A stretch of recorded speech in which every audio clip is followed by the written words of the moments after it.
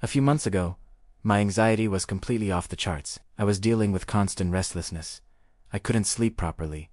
My thoughts were always racing, and I just felt this overwhelming sense of dread all the time. I finally decided to see a psychologist for help. After I described my daily routine to him, which involved about 10 to 12 hours a day on social media, scrolling through TikTok, Instagram, and YouTube, he gave me some very clear advice. He said, "Try completely quitting social media for 60 days. Let's see how your mind responds to that."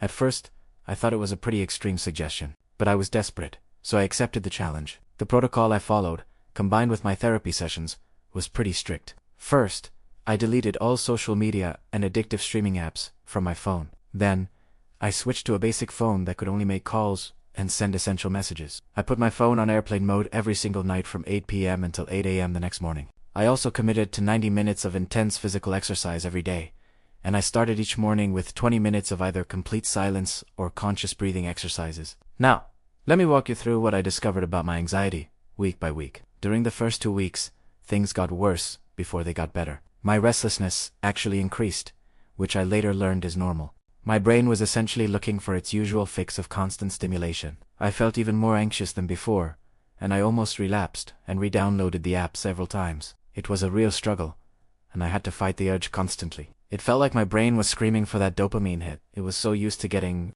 Then, somewhere around weeks 3 and 4, I started to notice the first real changes. My racing thoughts began to calm down. I was sleeping much more deeply and waking up with significantly less tension in my body. It was like a fog was slowly starting to lift, and I could think more clearly. I remember waking up one morning and realizing I had gone to bed with a knot in my stomach for the first time in what felt like forever.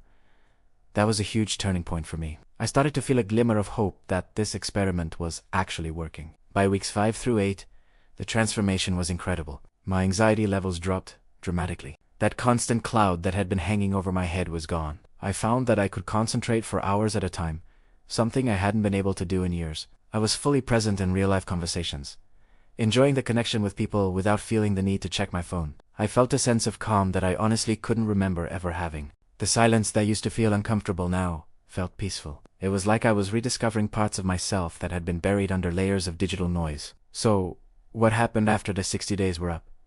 The results were like my general anxiety level dropped to the lowest it had been in years. I completely regained control over my attention. I started reading entire books again. I could finish work projects without getting distracted, and I genuinely enjoyed moments of silence.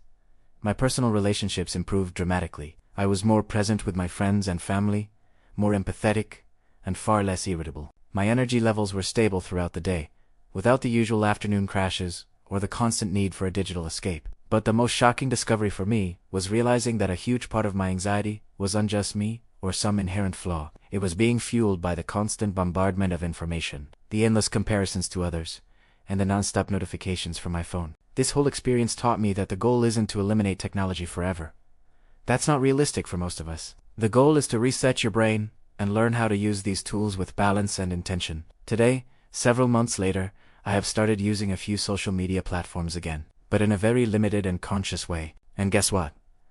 My anxiety is still low. The difference between my life before and after this detox is just night and day. If you feel like your anxiety is controlling your life, please talk to a professional. And if you get the chance, consider trying a guided digital detox. I'm not exaggerating when I say the results can completely change your life. It's about taking back control from the algorithms and giving your mind the peace it deserves. Thank you so much for watching and for letting me share my story. If you're ready to take the first step toward a calmer mind, let me know in the comments. Don't forget to like and subscribe for more content on reclaiming your focus and mental well. See you in the next one.